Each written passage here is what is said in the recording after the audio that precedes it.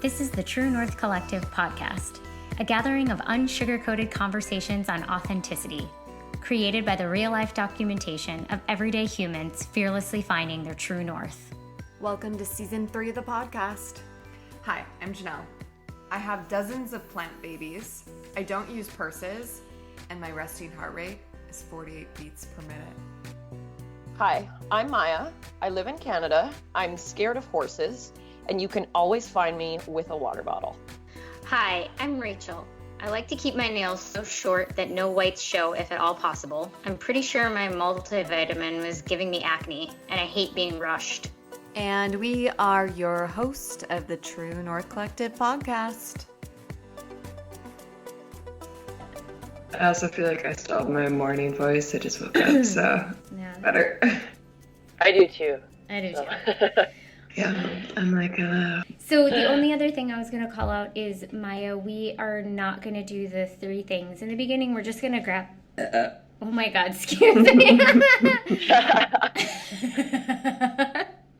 Get it. Yeah, love you guys. We're just going to use the same three from last time. Oh my God, I used to do that all the time. Do you guys watch the cartoon Rick and Morty? No, I don't. Oh, damn it. Okay, you're not going to think it's as funny. I don't really either, but Dylan and his best friend from college, or one of his best friends, they watch it. And when she lives down here too, and when the three of us started hanging out, she was like, oh my God, she's just like the grandpa. So the grandpa in the show is like always drunk. He's a scientist. And so he's always like talking about these like big science things and like trying to get... I think Morty's the kid. He's trying to get Morty to like go on these intergalactic adventures with him, but he's like semi-drunk, and so he's always getting him into trouble. And while he's talking, he's like burping halfway through. So he'll be like, "You gotta get the blah, blah, blah, blah, and like the two of them were like, "Oh my God, you're Rick, you're the grandpa." Anyways, okay. This is how today's gonna go. That's true though. That is true. You know, your burping's kind of calmed down though. I know. I haven't been drinking Topo as much. I've been drinking a different thing. Also, Dylan is convinced that there's a thing called carb burps, and I guess I really don't eat carbs as much anymore. Maybe. Anyways, okay. Let's actually burps. Carb burps, like carbs. Yeah. No, I understand. Is this scientifically proven? Dude, you should hear his carb burps. It is insane. I mean, I can't even explain to you. We'll be in our living room or our apartment with the windows open. It's deafening how loud he can burp. I've never met anyone like it. It's so loud. I feel like the neighbors probably are like, "What was that?" I wish I could record it. I seriously, I feel like people think I'm joking, but it's like, sometimes I have to cover my loud. ears. It's so loud. Okay. You guys are like, this is nothing. And I was like, nothing. Okay, that was a really loud burp. Burp. But yeah, if he has bread and Topo Chico, just game over. Game over. Okay, anyways. Body talk. That is body talk. Oh yeah, that is body talk. That's like actual body talk. Oh, that's funny. Okay. All right, you guys ready? Oh, this is all related to the podcast, so. Okay. All right. Well, Maaia, welcome back. So, I'm sure Jenell's going to have a preamble, and I might be, like, doubling up, but I'm going to say it anyways. We're back for part 2 with our conversation with Maaia around the fitness industry and how too much, like when is too much, and how do you listen to your body, and how does recovery and slowing down fit into, our physical wellness. It was a really cool conversation, Maaia, and it felt like there was more to continue to talk about. So we're really excited to have you back and see where today's conversation goes. So welcome back to the True North Collective. Hello, I'm happy to be back. Did you get your whoop? Get my whoop in? Did you get your whoop? The whoop whoop. Oh, the whoop. I thought you were like, whoop, whoop. I was like, I I guess I did could do technically just that. whoop whoop, and then I asked you if you got a whoop. That was very confusing. Yeah, it was, but that's okay. Now we figured it out. Well, whoop, whoop. Yes, I did. But yeah, I did get my whoop actually. I've been enjoying it so far. Cool. Yeah. What have you learned anything, or is it too soon? I know it takes time to build up data. No, I've definitely learned some things. I've learned that actually I sleep a lot better than I thought I did. Like Good. most part, yeah, I have my days where I don't have a good sleep, but I know that. But some days I'll like wake up tired and be like, "You slept at 99% efficiency," and I'm like, "Okay, so I'm clearly, I guess, tired for other reasons. Like it's maybe not my sleep, or I think everybody just assumes that, if you're not getting like a full eight, 8+ hours, that you're not getting a good sleep. But I guess that's just not true. So yeah, I guess I'm sleeping a lot better than I thought I do. Nice. That's Yeah. cool. Yeah, sometimes I always find it interesting on some of the nights when I only get 6 hours of sleep and I wake up with a high recovery score. I'm like, hmm. Hmm. And then sometimes like it's more about the timing, I've realized, of when I wake up. Like that can actually have more of an effect on how, I mean, yes, the duration is important, but like the Yeah. time I go to bed and wake up is actually, I think, sometimes even more important, as long as I'm sleeping within like a 6 to 8 hour range. Yeah. I've kind of noticed the same thing. And also, I mean, you could be in bed for 8.5 hours and get a terrible sleep, or be in bed for 6.5 hours and Mhm. then get a great sleep. And then it ends up, yeah, being better, or you have that higher recovery score. So yeah, I mean, Good. it's I'm all glad you're it's liking all it kind of though. different. Yeah, yeah, it's been great. It's funny Uh, how we literally just talked about how more, or we were talking about how more, more is not always better. And then the same is true for sleep. That's kind of cool, actually. Um, Yeah. yeah.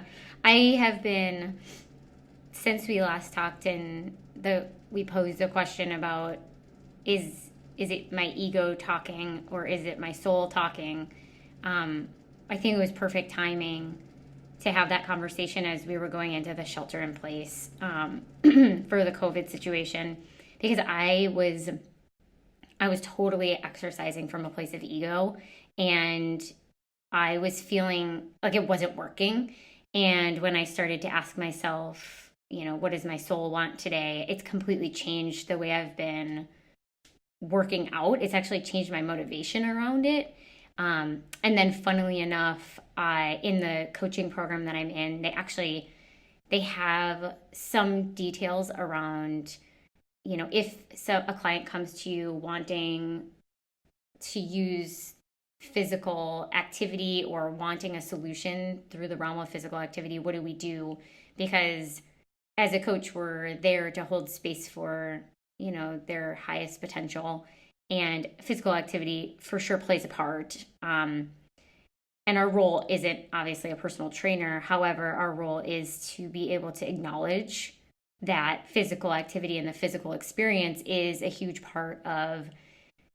tool in being able to step into the fullness of yourself. And they were talking about associated and disassociated movement, which I thought was really interesting.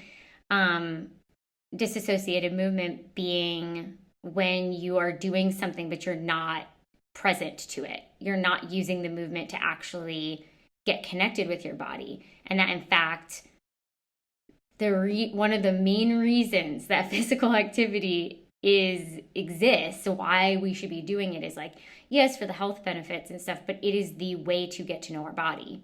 But we never look at the physical experience, the fitness experience, as a means to get to know ourselves. It's always to look a certain way. At least that's how it's been for me.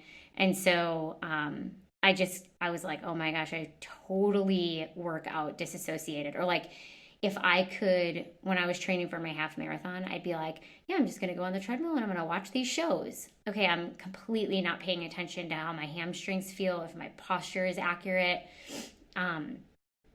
And if I invite myself to actually pay attention to my body and I listen to, like, okay, let's slow down and recover right now so that we can speed up later or have the energy more days out of the week instead of being out of commission for not having listened to myself. Like, what does that do? So I've been kind of playing with that and been pleasantly surprised by the amount of energy my body actually has to work out more days, because I'm not trying to hit some arbitrary number that I've decided was the goal, and more about a feeling. That's how I am anytime we've trained for Ragnar. I used to let's be real. I've never done a good job of training for Ragnar, but like trying to follow training programs, and I would just find that I would either just hate it or I would really be hurting after a run, like for days later. And especially, like, unfortunately, Ragnar got canceled this year. But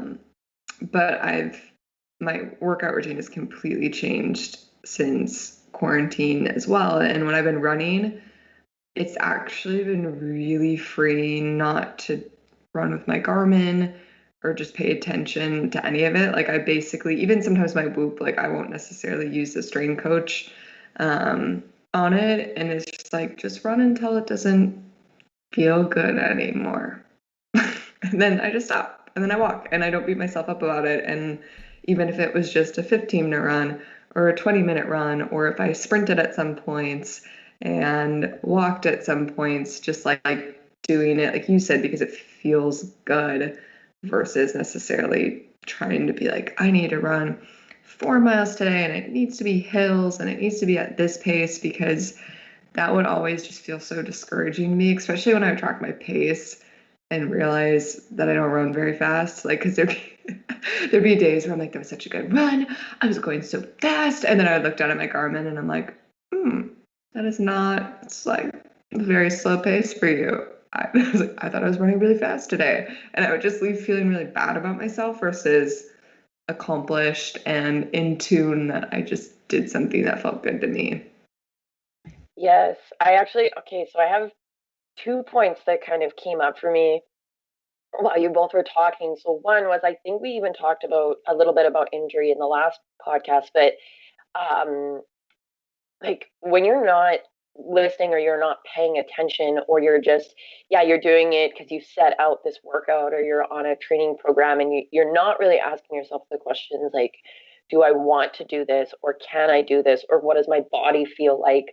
That's when injury can occur, right? Because you're almost like you're pushing through it, or you're not paying attention, or your workout program says you have to complete you know 20 squats at whatever weight, and then you end up doing it and you're just like, hey, gotta get the 20, and then you push through however you can to get the 20, and at the end it turns out you didn't quite have that in you today, or you lost that strength or that position in your core, or in your legs. So I mean, that's a big thing, I think, even for people who are just looking at this more in a sense of not even so much as like wanting to like really feel into and connect their body, but for people who want to like improve their training or even get stronger, like that's something that you kind of have to keep in mind.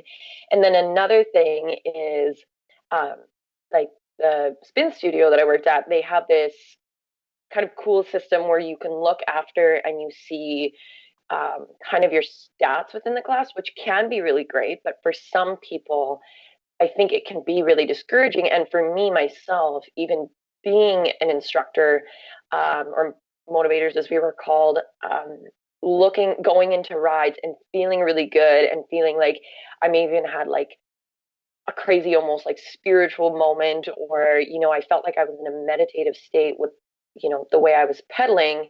And then you go outside and it's like, oh, I was 26th out of 29 people. And that could be really discouraging, and like, okay, well, you should be stronger because you do this for a living, right? And that, I think, I I definitely recognize that, like earlier on, and that was one of the first kind of signals to me, like something isn't right. Like, how is it that I can feel so good in there, and then I come out and then I see that thing, and it, you know, actually makes me sad or upset to see it. So I can kind of like, I've never had a garment or anything actually before this swoop, but I I understand kind of what that feels like, right? Like you think you have this great workout or this great, experience, and then you go and you look at like the data and you're like, oh, okay. So, but that can be kind of subjective, right? Because we're all our own people who have our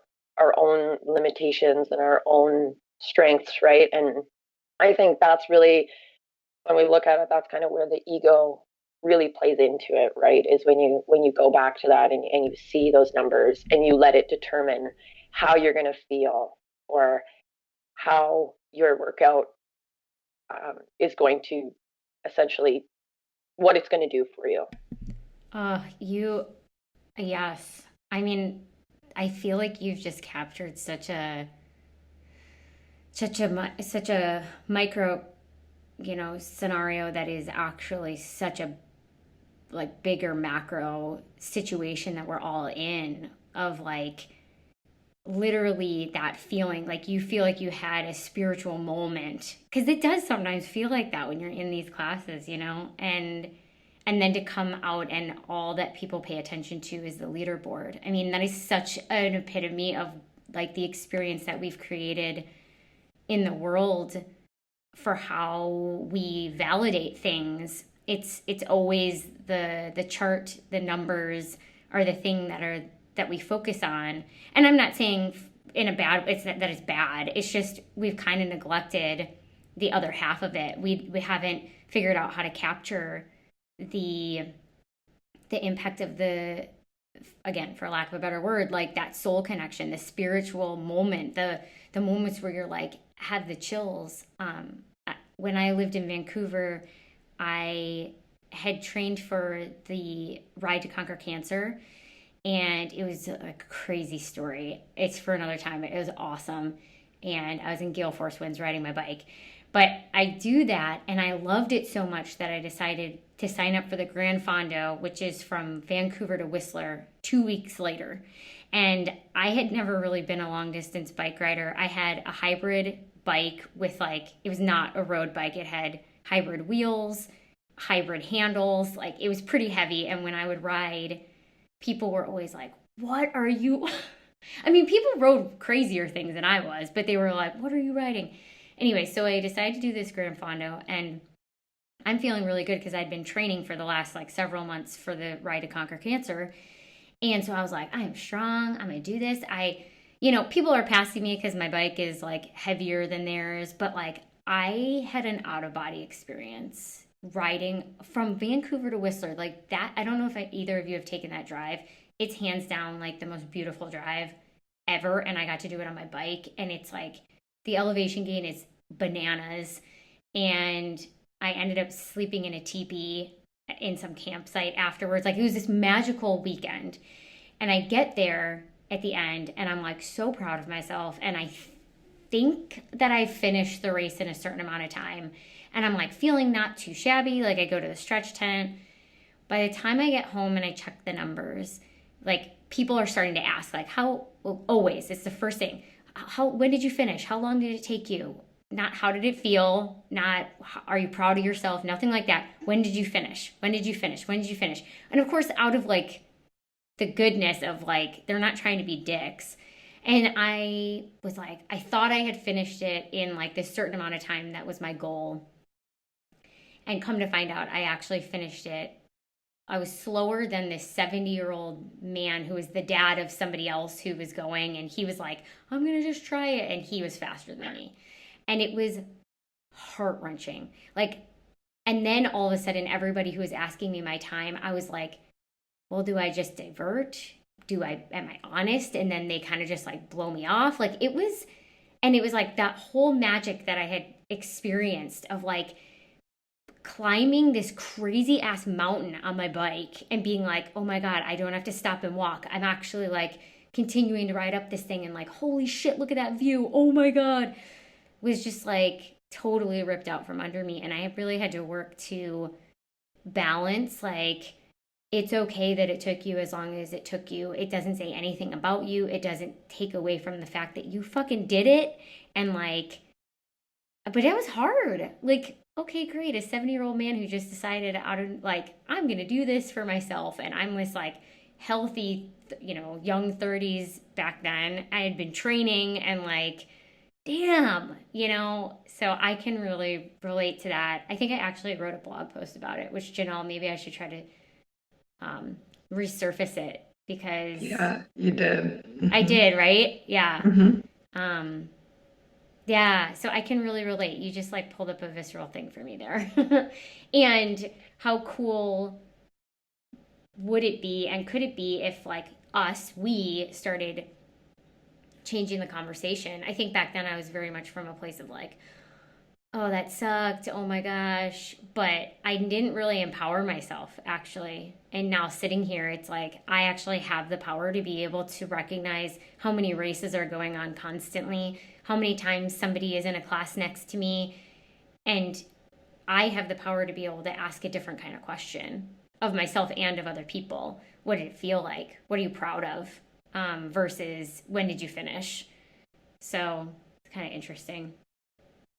Yes, that's huge. Also, I have to say that the drive to Whistler from Vancouver, you are correct. It is by far the most beautiful piece of highway ever. I drove there for the first time, I think it would have been like, well, earlier than this time last year, but I had actually moved to Whistler for a couple months.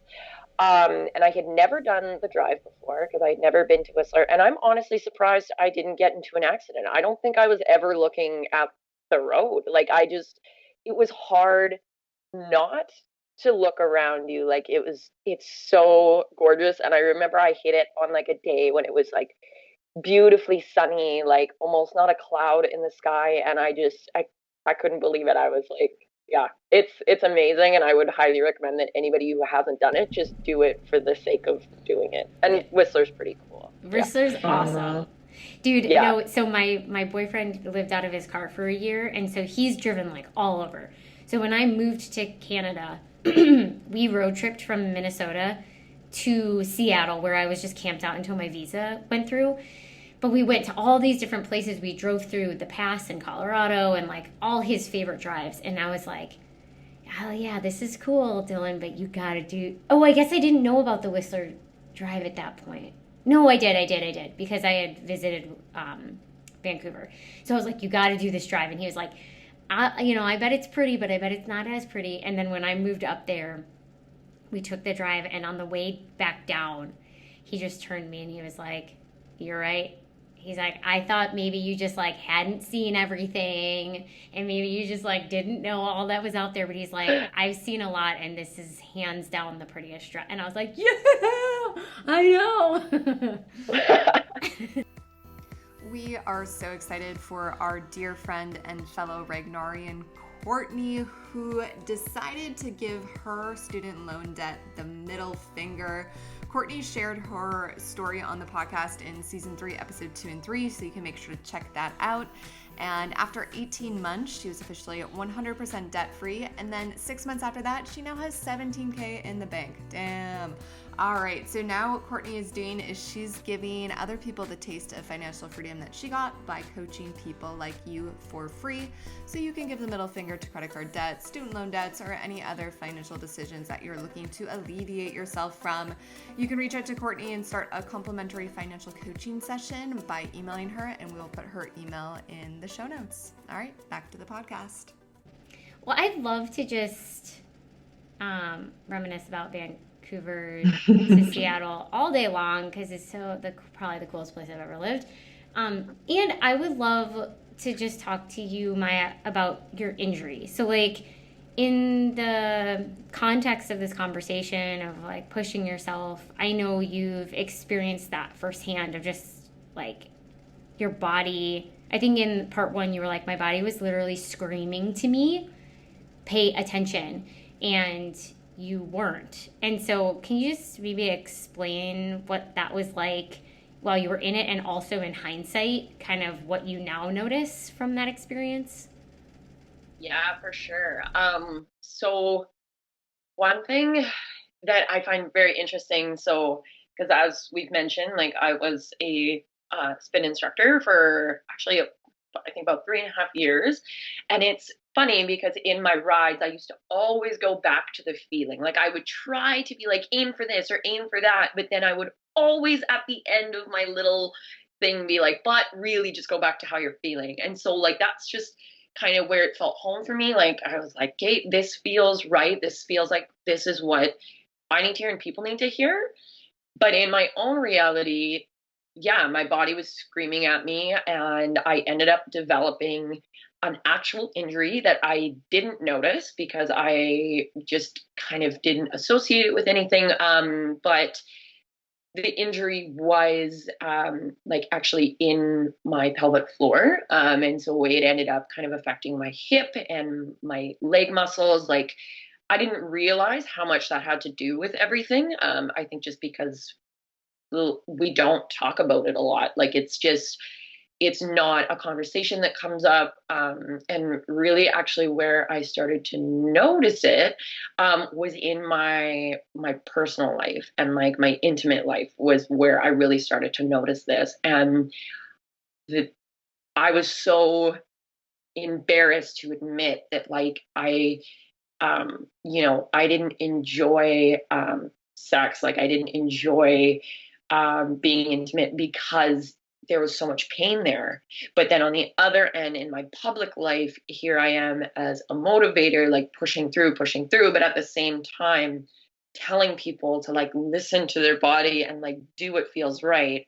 When this entire time I was like getting this progressively worse injury from this like repetitive movement that I wasn't, I wasn't on kind of my end, like what I'm looking for, like not essentially like rehabbing it, but like compensating for it. I wasn't doing anything or really even noticing that it was there. And when it came time to like really look at this and be like, what is this? Like, what's happening? I ended up I saw a massage therapist because the pain had gotten so bad into my left leg. Like it wasn't even, it was a problem that was going all the way down into my foot. And he was like, he could actually just assess based on the way I was moving and things were going on. Like, I think this is your pelvic floor. And at the same time, this is actually really weird how things worked out. It was about maybe a week or two before this that I had said, like, I'm going to go to the doctor. Like, I think that this is something that could be a real issue. I need to go to the doctor. I think it was like that same week I went to the massage therapist, went to the doctor. He said he was going to refer me to a gynecologist. Then I saw the gynecologist the next week. She told me the same thing.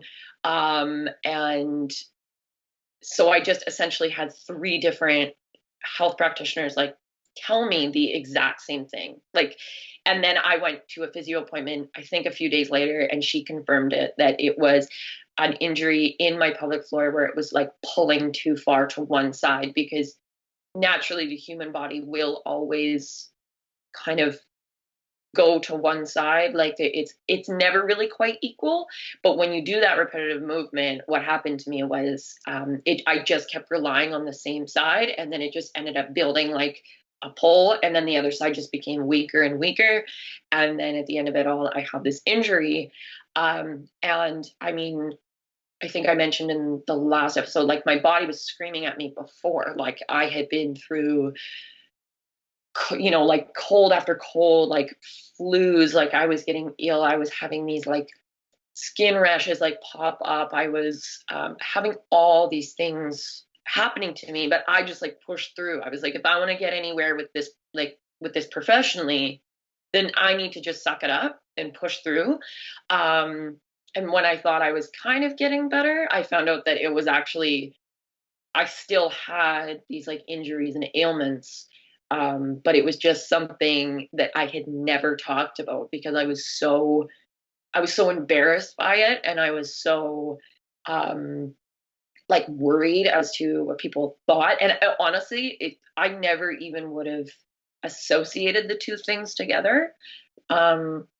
So yeah, it just kind of ended up that in the end, this was all connected, and I was not paying attention, and in fact actively ignoring it, because I felt like hopefully if I just didn't talk about it, then no one would ever have to know, and then it would just go away. But that obviously was not the case. And here I am today going to physio.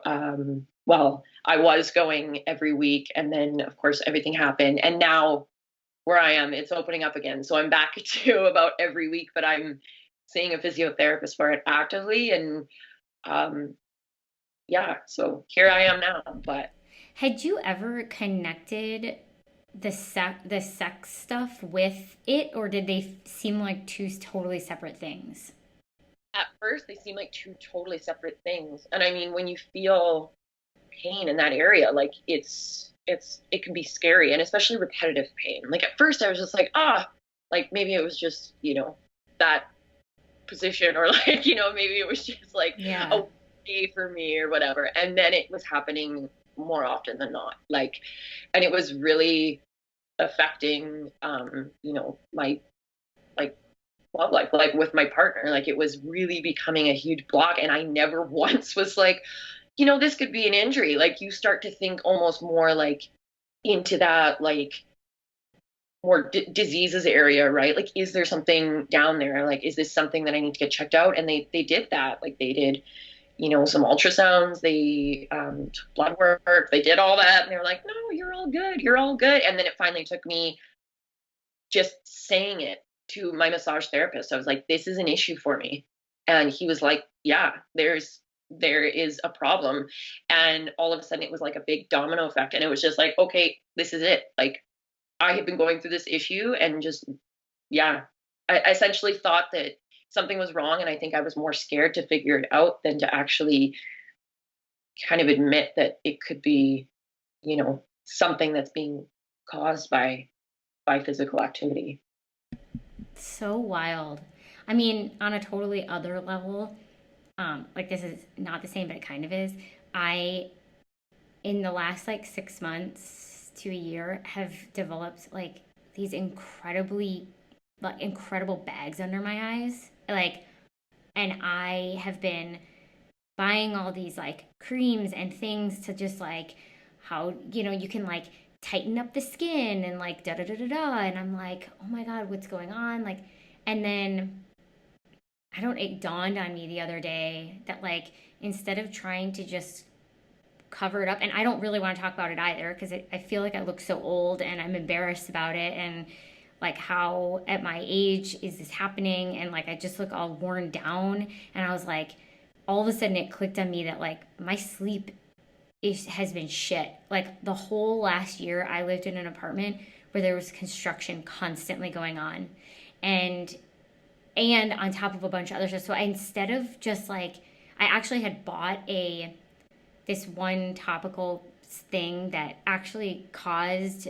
these like bumps on my eyes like pretty quickly. And so I was like, shit, and now I'm allergic to like the best stuff out there.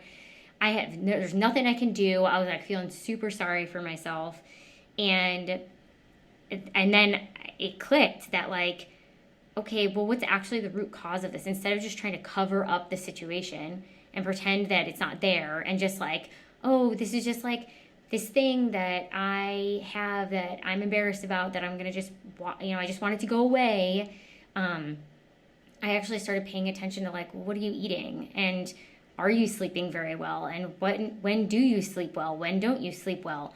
And I think when I sit here, I'm like, I always kind of have had that genetically, even in my 20s, I remember that. And I've always been super stressed out. So, I don't know, I've started to now shift to like, not what can I do to cover up the situation, but like, what can I do to take care of myself? And it sounds so obvious, but I don't know, there just seems to be like a parallel there that I can relate to the embarrassment factor, which is so weird. Like, it's embarrassing to get an injury. It's like even being able to say like, oh, I'm not able to do this today because of this. Like I remember even in the studio where Jenell and I worked, it was like, I don't know, there was almost like shame around the fact that like, oh, my body couldn't handle it or something like that, which is crazy. But it is, I do think that that's kind of the world that we live in.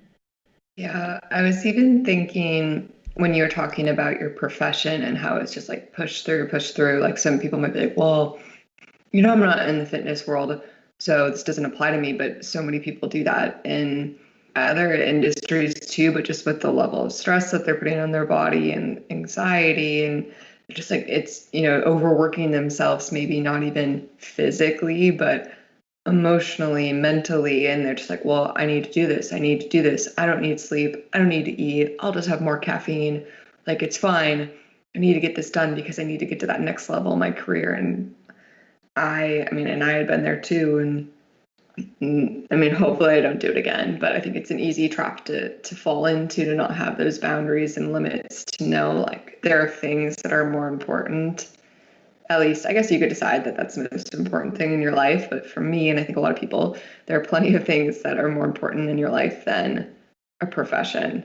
Like you can get a new job, you can get a new profession, but you only have one body in this life. And anyone who's had an injury, like, that it doesn't really go away. Like it can get better, but you will, at least like I have a shoulder injury and I've had it for years, and it'll be something that I will always have to like nurse and work on and foam roll and use a lacrosse ball to dig it out, because it's not going to go away. And it was like for me trying to do a muscle up, like, ooh, I'm so glad when I was 20 I could do a muscle up. you know Now I have the shoulder injury that's really annoying for the rest of my life. Like, what did I really get from that? So it just like sparked in my mind just to connect the dots. If people are like, well, I'm not a fitness professional, like this does apply to so many other things. Yeah, it really does. And I mean, yeah, like it's like you said, it's not just about fitness, right? It's about, working, or even sometimes how we, are just in our day-to-day life. Like I think and it's hard to say, because sometimes I don't know if it's because of the people I'm around who seem to be noticing this, or if this is actually like a change that's happening. But I feel like people are really starting to recognize this, but at the same time, there is still such a drive for like pushing, and for always creating and always working and always, and if you're not going to go anywhere if you don't push, or you don't make things happen for yourself. But I think sometimes that can be, while it can be good to a point, it can become like detrimental in the sense that we end up pushing past our limits and where we can go, and then it ends up leaving us, yeah, with an injury. Or like you said, like an injury doesn't necessarily always have to be physical. I mean, like I have gotten sick from overstress, right? And then it takes a while to build that back up, because now you're sick, and then you have to kind of nurse that sickness, and then you have to admit that, and that's really hard too, is just admitting that you might actually just need to be like doing less, or like getting to the root cause of it. Like you guys said, like that can be so hard to admit, that sometimes the only thing you need to do is like eat better, or just go to sleep earlier, or just maybe work less, or take a day off, or don't do that workout that you're planning on doing today if that's not what your body feels. And that can be the hardest part, but it's Yeah, totally. It reminds me of when I had a concussion. Like there's something about, if you like physically break your leg, right? It's like, well, I can't walk on it. Like it sort of forces you. But I remember when I got hit by a car that like 2 years back, and I ended up getting a concussion, and like I did rest for about a week after it happened, and then it was like, no, like I'm gonna go back to work, like I'm fine. And so I went back to work then, and like after 3 or 4 days of going back to work, it was like, things were blurry. Like I basically felt drunk all the time. Like I was having a hard time focusing. And it was like really hard to admit for something that wasn't as like obvious, it's just like, and I think this is like stress, anxiety, like all the things that build up in our body, like you can't necessarily see it. It might, Rachel, kind of to your point, like manifest in something else in your body. But I had a really hard time just being like, like there's something going on here. And even though you can't see it, and like, yes, you're having symptoms, but like you need to sit out, and you need to sit out for a lot longer than you think, because even after it was like, okay, so I have a concussion, I'm going to rest. And then it was like, rest for a week. And I'm like, you're fine. You can go back. But like, I mean, like a concussion is a great example of something that like, it'll just keep coming back. Like it doesn't go away until you fully heal it. And someone described it as like a snow globe, right? You won't be healed until the last flake falls. And if you shake the snow globe before the last flake falls again, like it almost just like restarts everything. And having that experience, it taught me a lot of other things about my body too, and just healing in general. Like we tend to be like, well, I'm almost healed, I'm going to push forward, or this doesn't seem like a big deal because it's not something physically I can see. I'm just going to keep pushing. I'm just going to keep pushing. And I had to really sit down during that experience and just like, I mean, physically sit down, but also my ego, and just take a step back and say, like, this is your brain. This is serious.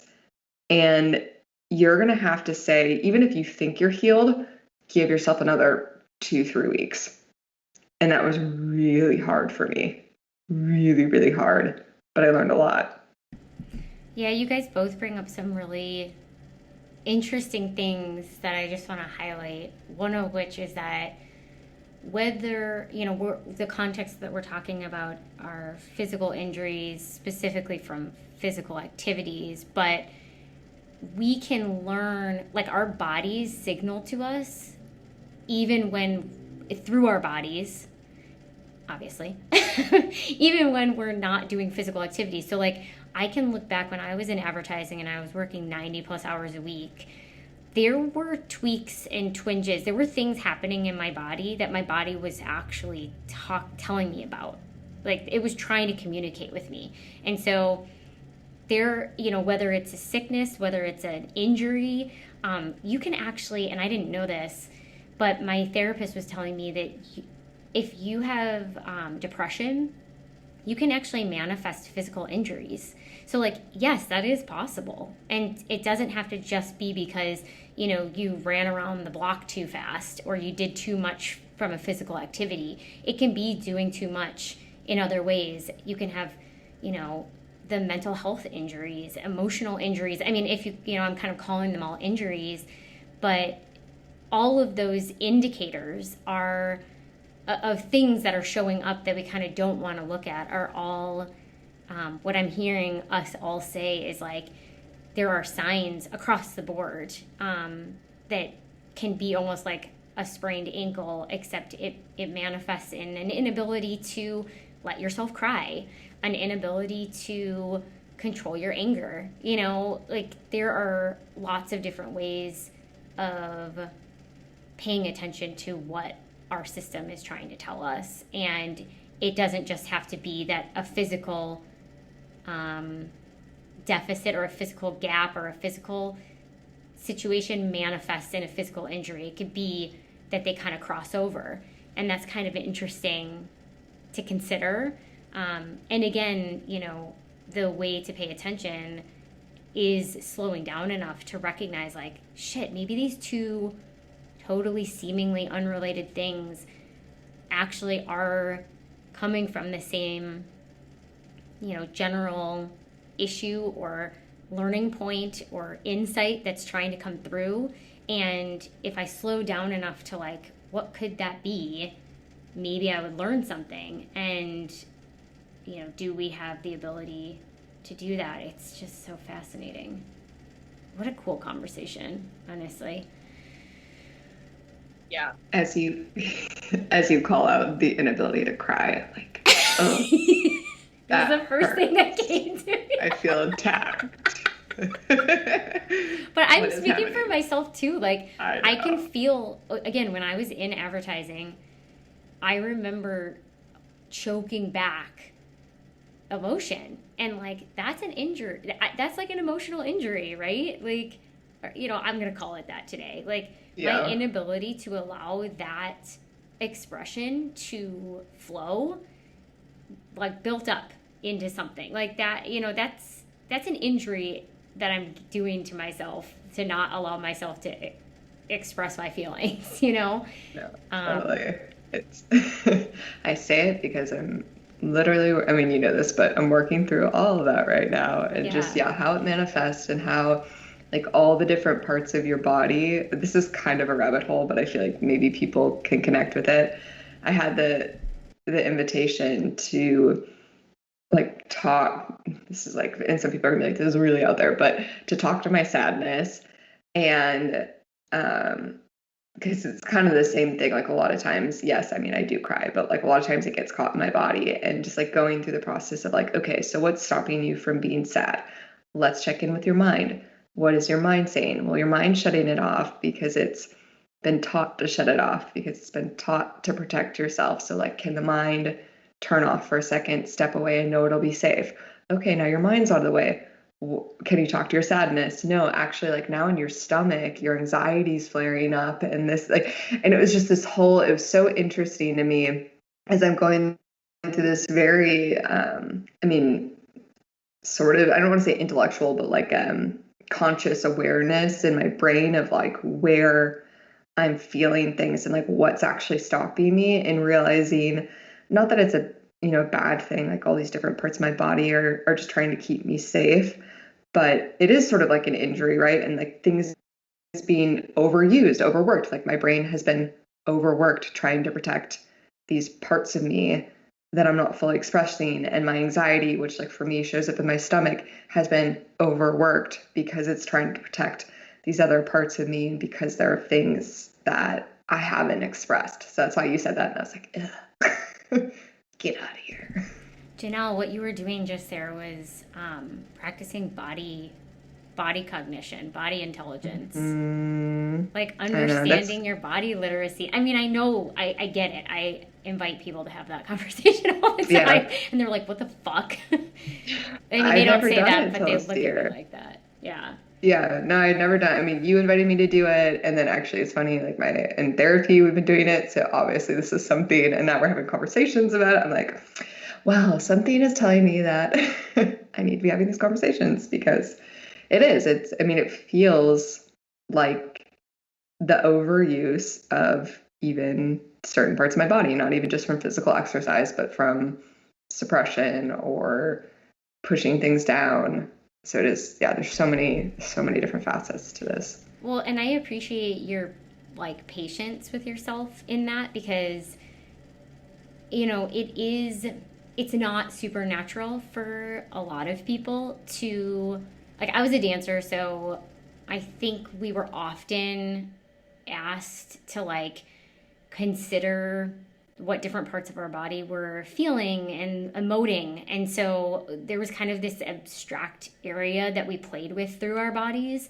But I had never, when I first started, considering this, I had never really asked my body what wisdom it had to share with me either. And the first step for me was really in even inviting myself to recognize, to go like, okay, can I focus on sending my breath to my head? Yes. Okay, I got that. Can I focus on sending my breath to my heart? Okay, I think so. Oh, I think I felt something. Yeah, I think that feels different. Go with it. So I'm like, okay, I'm just going to go with it. What feels different? What feels different about being here? And just like allowing, as crazy as it seemed, allowing it to be whatever it was, and just being like, I don't have to be attached to this, but let's just explore. Let's just see what's here. And then when I could start to delineate like, oh yeah, there is a difference between head responses and heart, or head experience and heart experience. So let me just see, if I asked my brain what it thought, what comes up. Okay, now breathe into my heart. What does my heart say? Okay.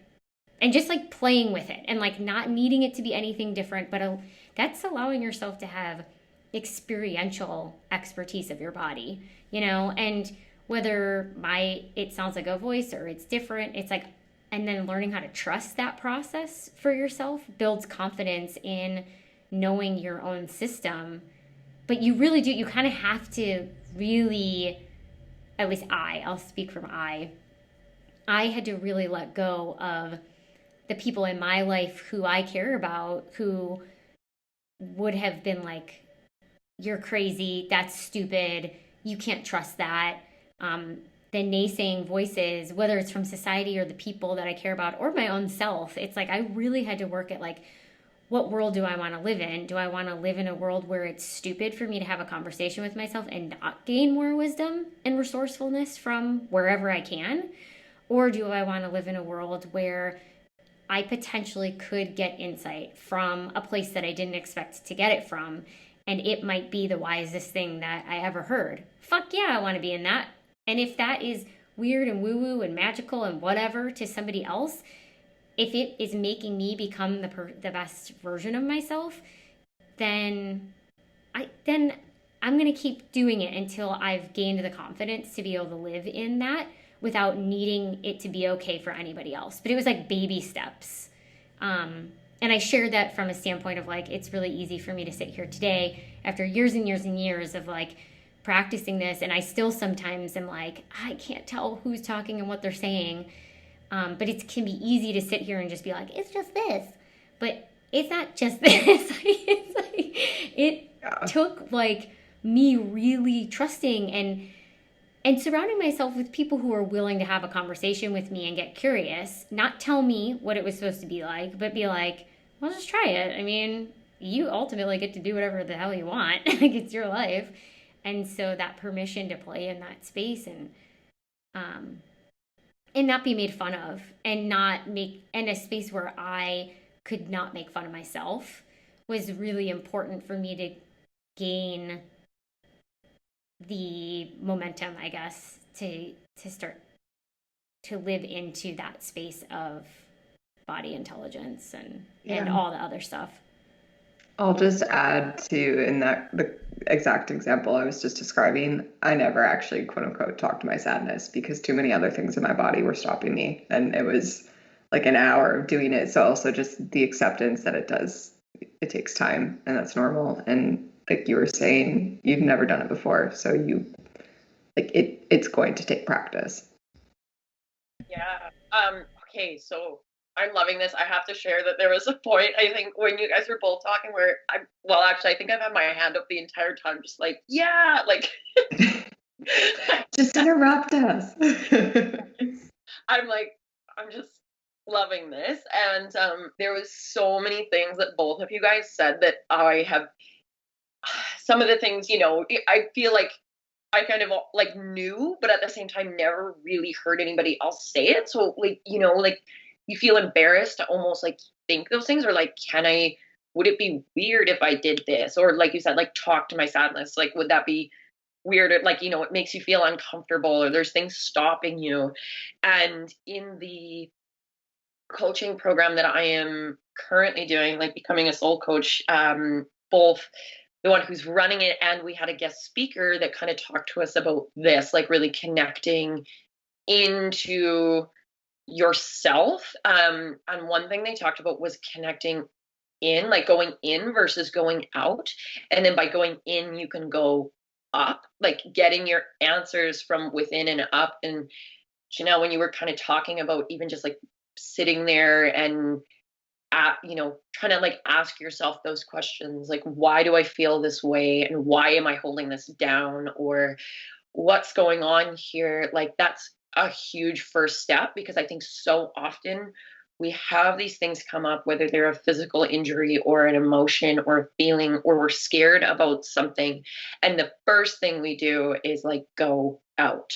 And it was so cool. And they both talked about this, was like, those are other people's perceptions. That's society. That is, they're going to all have their own opinions, but really nobody knows what's going on or how you feel except for you. And it's so funny that like when I was on, when I was listening to this guest speaker and I was listening to my coach, like talk about this, it felt so crazy. But then I remembered all these rides that I had, and I used to say that all the time, like to go within and like not look outward and like just think. And I would always have a track or two or three even where I'd be like, okay, just connect in.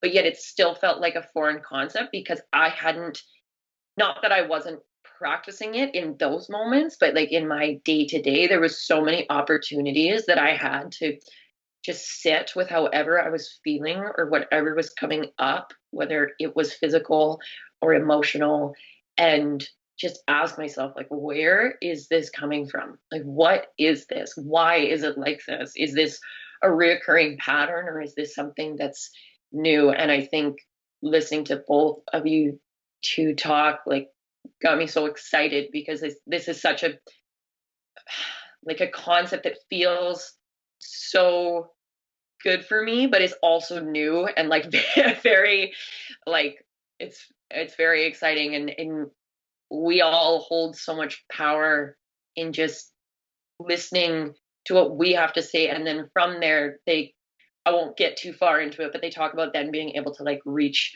up for answers, right? And that almost goes more into like spirituality, but like just even just being in and not going to the people around you for those things is so important. And it's so important in the context of this conversation and just even with injury alone. Totally. Yes. Pop, pop. Yeah. I was excited there. Yeah, it's it's great. good. I mean, yeah, and I'll share too that there's like, this is where and I'm gonna try to not go down too much of a rabbit hole here because I really want to talk about your injury. But as somebody who is part of kind of like the self-help world now as like an integral player, yeah, I'm gonna fucking own that. I'm an integral player of that industry. I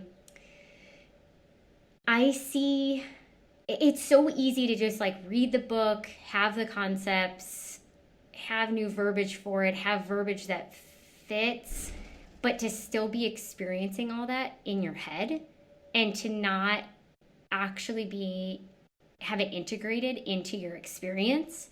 And so I think what I'm hearing, and I could be wrong, so you can tell me that I'm wrong, but what I'm hearing is that you understand the concept of going in versus going out. Like we can get it. I get it. I understand. Yes, am I going out for my answers or am I seeking from within? But to truly actually do that and to know what it feels like to be able to go in and receive an answer from within and then live that out and to trust it, very different. And to speak from a place where you actually have experienced and integrated that truth for yourself or another truth is so different than, and I think that's where I get hung up with some of the self-help conversations that are out there and the rah-rah cheerleaders that are out there. It's like, cool, we can all grasp these concepts. That's amazing. And you know what? Maybe that's the first step is like we need the language. And I think maybe now we're at a point in our society where we can start to move on to the experiential practice of it. And like, cool, these concepts are great. And like, fucking try it on and prove to yourself whether it works for you or not. That's where the gold is to me. And don't just take it for fucking Tony Robbins's word. Like, take it and be like, I love that concept. That's cool. Let me actually drop it in. And like, what does it actually feel like? Fuck, I can't do it today. Like, this isn't working. I don't know if this works. Let me try it again because it could work. You know, it's like, there's that difference. And I think so much of I'm just calling it self-help, but I think wellness world is based on the cognitive reality, the analytical reality, the rational thinking reality of the experience versus our actual experiential reality, the integrated reality of like, here's how it actually plays out in my system. So anyways, I just felt like I needed to call that out because as somebody who is now holding space for these types of conversations, it's one thing for me to just tout these things, and it's another thing for me to be trying it on and learning it for myself and experiencing it so that I can actually say, don't just tell it to yourself in your head.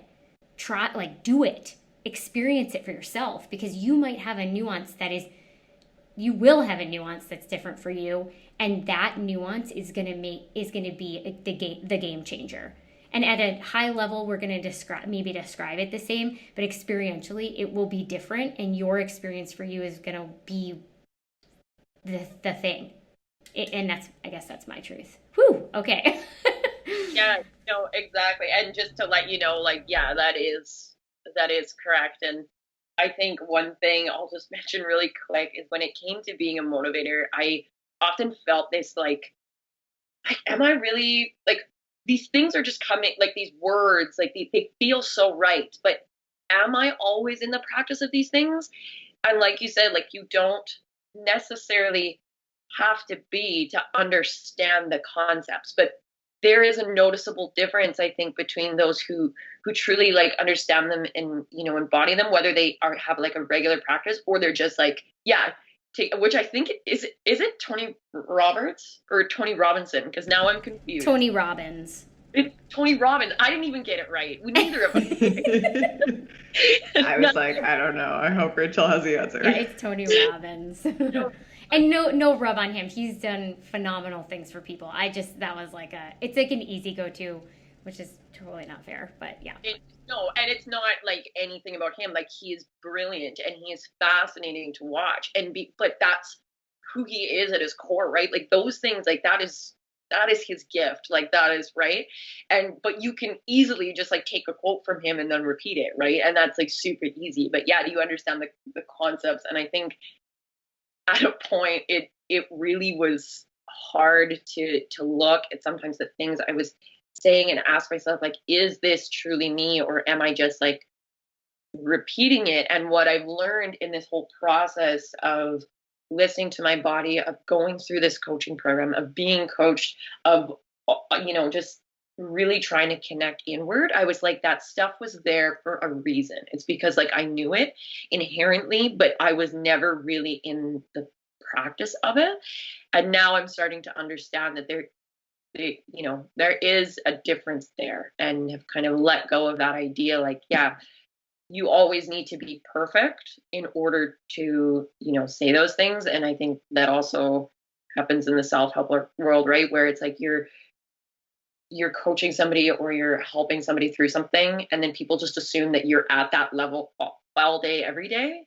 But that's not necessarily true. It's just a matter of trying it and being in the practice of it, and, you know, using your own opportunities to do the same things that you're giving to other people or telling other people to do. So just a quick note on that. Yeah, it's absolutely not true that you have your shit together.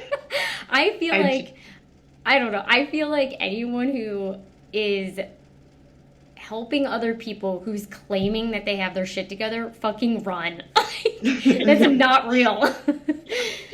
I just sent Rachel a meme, and so applicable. It was, do you know Patrick from SpongeBob SquarePants? That I do know, yeah. Okay, great.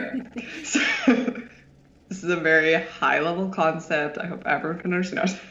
So it was a meme of Patrick, and the first one was like, well, it was actually related to horoscopes, but it was like Leo's helping other people with their problems, and Patrick's dressed up like a scientist looking under a microscope, like very professional, you know, being all smart and stuff. And then it's like Leo's with their own problems, and Patrick's nailing a board into his forehead and like using all the wrong tools. And I'm like, yup.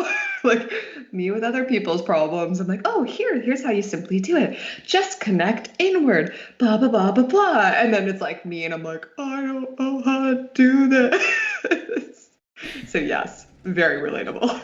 I feel like I'm a Virgo, and I swear that's what all of our memes are about. It's like helping you organize your life, and then it's like they're like this shabby, and it's like their own life, and it's just in ruins. Okay, I feel like that's everyone. Just human. I think it's everyone. That's why I'm sharing. I'm like, it's really not a Leo thing. I think it's an everyone thing. Like, what we're basically saying. We're just like, oh, from the outside, here are the answers, and on the inside, you're just like, I see nothing.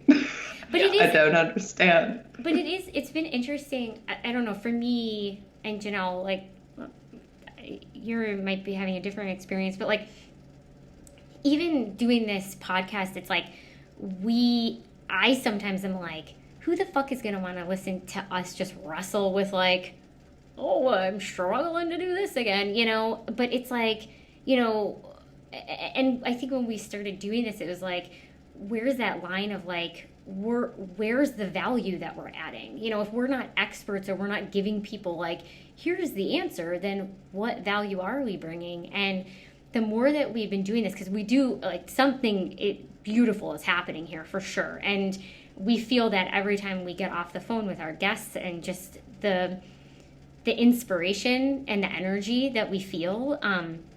And now, you know, we have had a few reviews from people, but where I'm landing is like, I'm really proud of us for choosing not to be experts, because I think that's actually the value that we're bringing, is that a value around a space for imperfection, like a real conversation, not from people who are leaders in their field and are still figuring it out. And there is a huge value in being invited into that space, and to see that, to normalize, to remove the hierarchy, and to just say like, fuck man, we're all just, there's so much we don't know. And, you know, today I'm doing really great at this, and I can trust this in myself more often than not. And you're really fucking awesome at that. Sometimes you're not there, and like, we can have that conversation. And what does it actually mean to be alive, a conscious being floating on this fucking piece of sand that nobody knows what the fuck's actually ultimately gonna happen? And like, who am I as this little slice of the pie and as part of the bigger picture? And, you know, as things continue to unfold in the reality that we've created for ourselves, that we happen to be in today. All right, I am like really on another planet today. Okay, I really want to, I'm reeling myself in, and I really want to have a conversation with you, Maaia. You know, it's not going to be the most in-depth one, but having an injury that impacts your sexual organs, and like having an injury that impacts your sexual intimacy and your sexual wellness, I think it's a topic that is just, it feels like it's avoided to me. And at first I was like, as a woman, without really having, you know, I feel like we tend to have movies with penises that are out there way more than anything else. And, you know, the impact of that, but even just in general. So like, removing the gender piece, like just being a human that is having an injury that has to do with your, like, with sex. Like, what was that like for you? It was, honestly, it was hard. Like, and in the beginning, when I had no idea that it was an injury, you know, you feel like, I mean, still, even after finding out that it was an injury, but particularly before, I felt like there was something wrong with me. Like, I felt like, you know, it was like a problem that was me, and it was my problem alone. And I remember I used to hang out with my friends who I'm very close to, and like, I love them so much, but they, you know, I am also in like a very long-term relationship, and them not as much. So they have all these experiences, and they talk, and like, they laugh. And then, you know, I can't even I didn't even feel like I could talk about you know, my love life, let alone the fact that I actually wasn't enjoying it. Like, you know, and they would talk about, oh, like, well, it's been how long since I've been with somebody or whatever. And it's like, I've got this person who I love, who I sleep in the same bed with,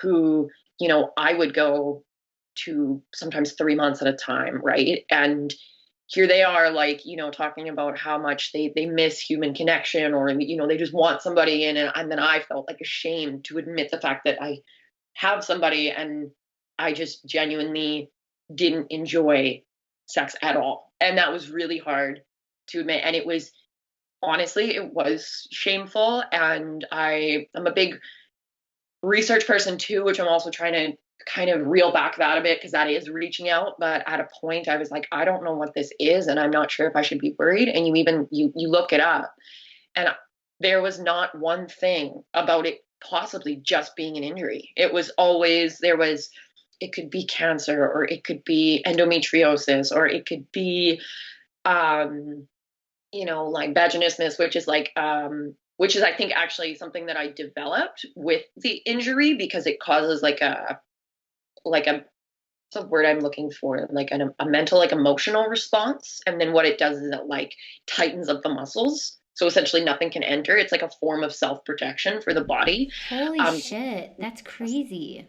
I developed that at a point too, and that I've been able to kind of like relax, and I just have to, I remember I've had experiences where I've had to literally like breathe and tell myself out loud that I'm okay. Like, I'm okay. I'm not in danger. I am okay.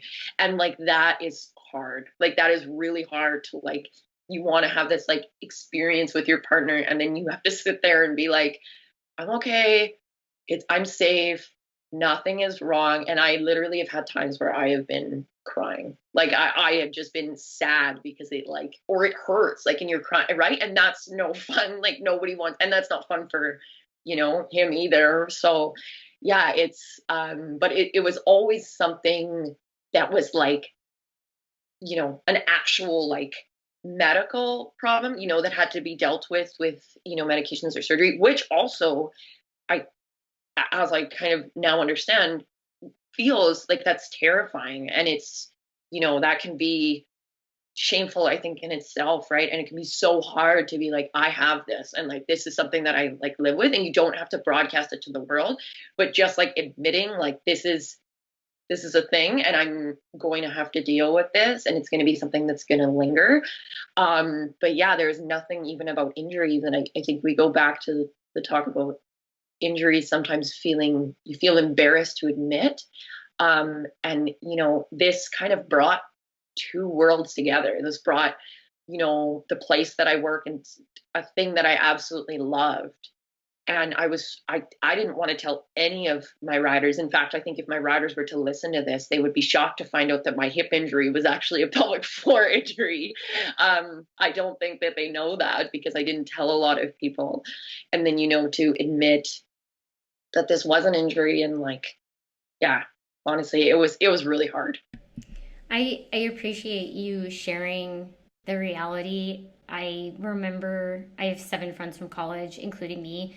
And as we started getting older, we Marco Polo all the time now. And one of them, I can't even remember what it was, but one of them was like, you guys, I am just going to throw it out there because I don't know what else to do. But she was having something, I wish I could remember what it was. Something was going on with her vagina. And so she was like, and like, it was so normal to the rest of us, because we were like, oh yeah, that's totally. And then she was like, what? And like, I was watching something on Instagram with the bird's papaya, I think that's her name. But she shared something really openly about getting shingles on her vagina. And I was like, the more that we can just, not that we need to be in this like oversharing society. Like, I don't think that that's what my like big thing is, but the more that we can normalize some of this stuff, some of the things that we get so ashamed about that are actually just our normal body responses to, what we are doing to ourselves, or what we are choosing to take in, whether it's content or physical fitness or contact or food, the more that we cannot maybe have an invitation to not just like sit in it for quite so long, and to be able to just like move through it and not have it manifest into all these things. So yeah, I appreciate you being so open and like honest about the fact that, yeah, sometimes like, yeah, just the realities of it. Because I think it probably happens more often than people ever talk about. Well, like you said, there's like so many different reasons. I mean, it can be because of an injury, but even I've had periods of time in my life where just for whatever reason, and it's probably a lot of it is stress related, or it goes back to all the other quote unquote injuries that we were just talking about before that might not even be physical, like just haven't had the drive to have sex. And there's like a lot of shame around that in society, and even amongst like even having a partner. Like I had been in partnerships and they're just like, well, why don't you want to? Like, I don't understand. Or and then sometimes people take it and they kind of make it about them. They're like, well, you're not attracted to me or whatever. And it's like, no, like there are so many things that are going on. So then it almost feels, at least for me, it was just like, okay, well, like you have to do it then to appease other people, which is not true and like a terrible way to view it. But that's how I felt. I was like, I'm embarrassed and like people look at me like there's something wrong with me because of it.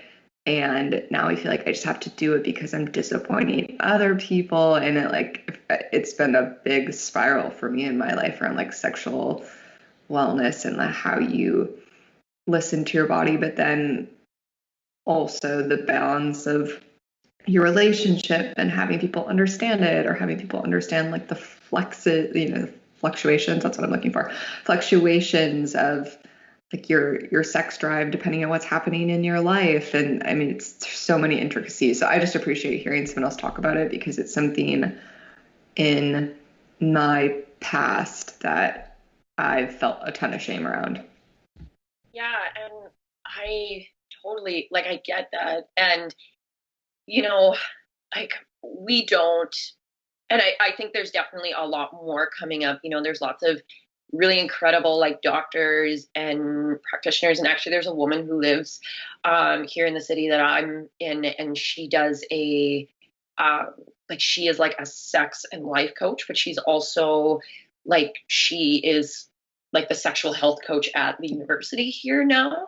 And she's been sharing so much like amazing information, and like she's truly like doing the work to like normalize this. And like just because you feel low desire doesn't mean that there's something wrong with you. And there's all these factors that can come into play. And yeah, I think too, with this whole social media day and age, and not necessarily that people always share, people share their sex lives on social media, but there's this idea that like, you look at somebody's relationship and you will immediately compare yours to them. Like I don't post a lot with my partner, just because I'm not a huge poster and I don't feel the need to like broadcast my relationship. But, you will immediately look at other people's relationships and compare yours to them, even sometimes before you've noticed it, right? And then it can also happen when you're talking to other people, or friends who are also in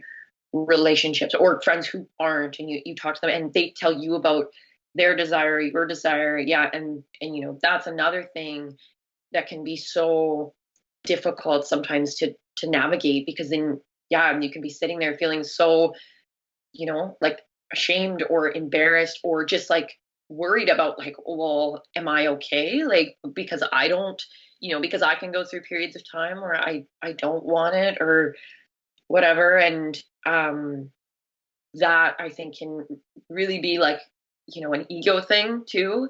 Wanting to, and I think like, Rachel, you just had that little like mention of like penises and like film and like TV.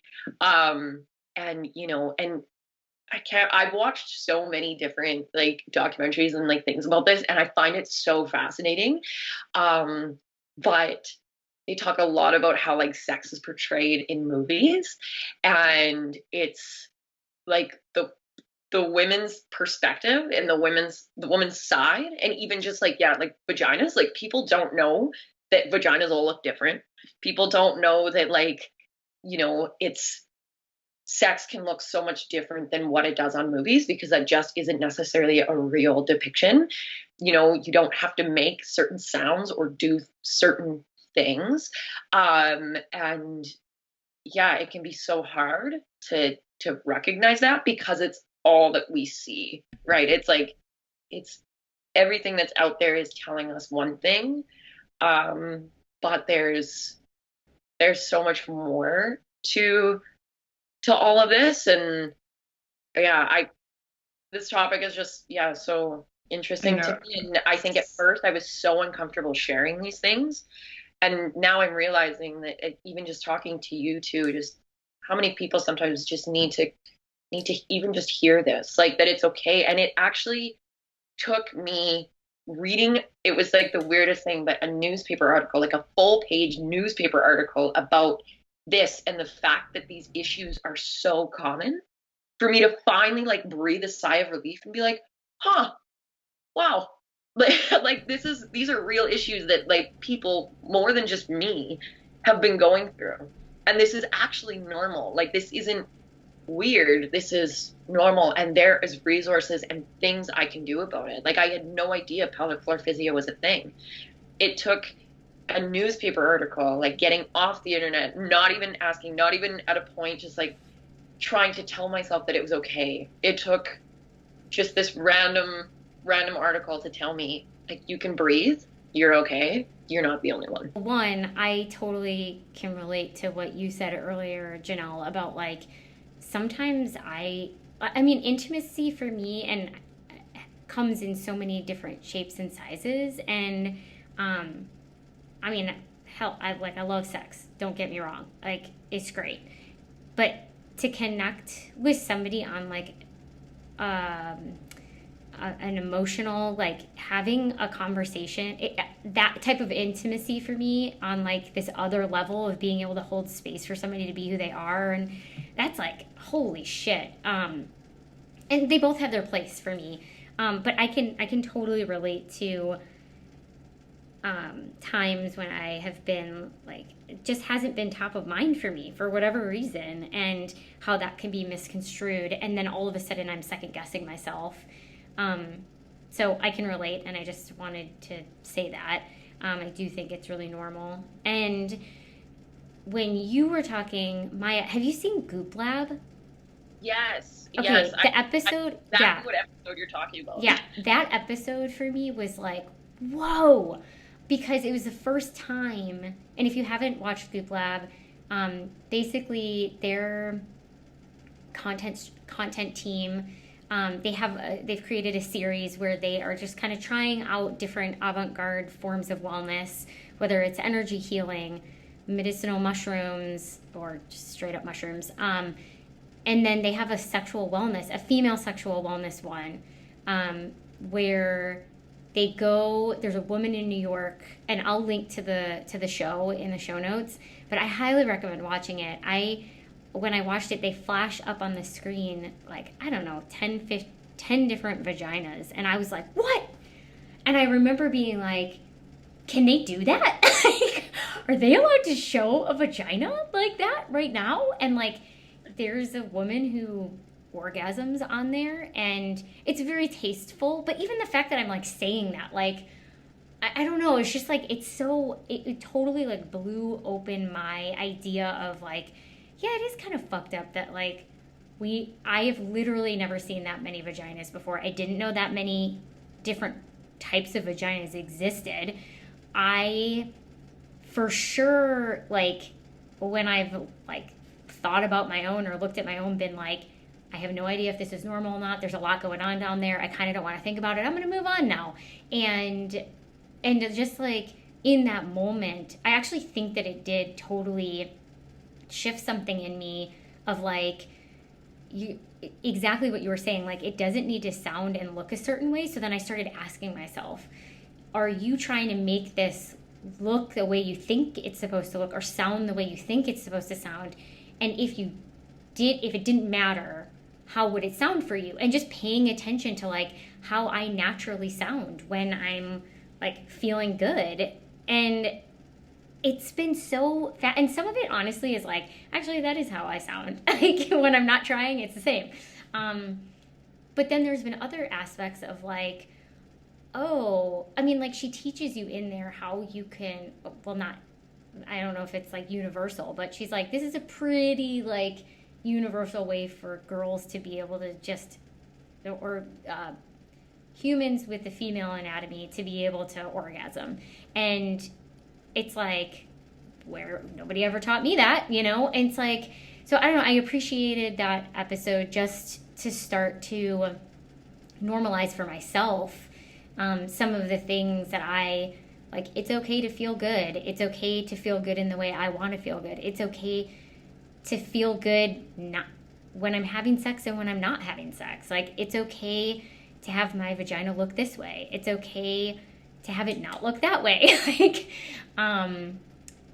and just, yeah, I don't really know where I'm going with it, except that I'm grateful to you, Maaia, to be willing to come on to here, and for us to be willing to just extend the seeds that are starting to drop other places. And I'm proud of myself for choosing to not be uncomfortable and be like, I don't know if I'm allowed to say this, or what and who's going to listen to this, and like, would my mom want to hear this? It's like, guess what? Like, if it doesn't change, it doesn't change. And if I want something to be different and I'm not willing to do it differently, then I'm a part of continuing it the way that it has been. And so if it's a small invitation for anyone, if it's a small invitation for just myself, like this conversation just being an opportunity for me to hear myself vocalize, like, that creates change. I would also just encourage people from both perspectives to be mindful of what, like, you can ask for what you want, but also just being like mindful of what you expect from your partner too. Because I know, and I'm speaking from the female perspective very much here, but like, I've also been with people that are like, well, I mean, basically, and this is like a whole nother can of worms, but like, you don't act like the girls in pornos. Like, it's like, yeah. Have people No actually shit. said that to you? Well, not like that actual phrase, but like they're calling things out that you would see in like traditional porn that was created for like men. That is interesting. It's interesting. And like, well, you don't do this. And I watched like porn since I was 13. I mean, they're not saying exactly this, but they've been watching porn since they're 13. And like, that is their expectation then that they're putting on you. And it's like, well, no, I'm not this fake storyline. Like, I'm a real human. Here's another interesting thing. Sorry to interrupt you, but so I have a friend who in her late 30s, well, I think she's been wrestling it for a while, but she realized that she's also into girls. And so she had her first female relationship. And when they were having sex, she started getting made fun of for how she was orgasming. And the girl was like, what are you doing? You do that weird. And I'm probably getting this wrong, but this is how I heard it.